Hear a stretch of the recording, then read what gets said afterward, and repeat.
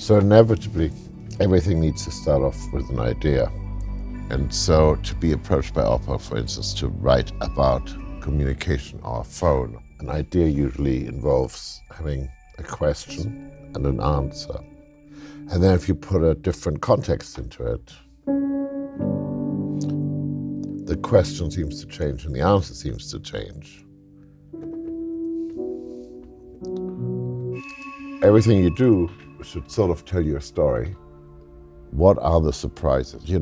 What are the millions and millions calls that happen every split second around the world, and what that voice can do to us, what that voice can say. That voice can unleash a war, or it can make people fall in love.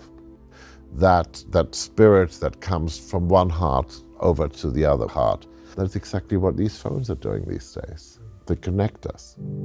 So once you get that, once you get some idea of a tune, you want to start thinking about how you're going to color it all in.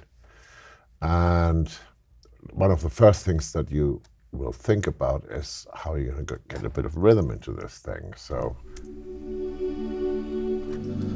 And that felt good. That felt like it was something.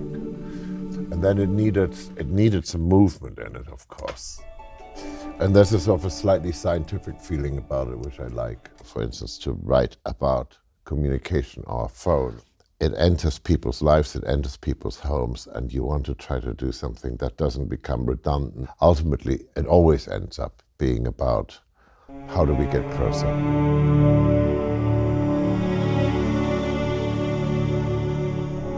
Then you just build it.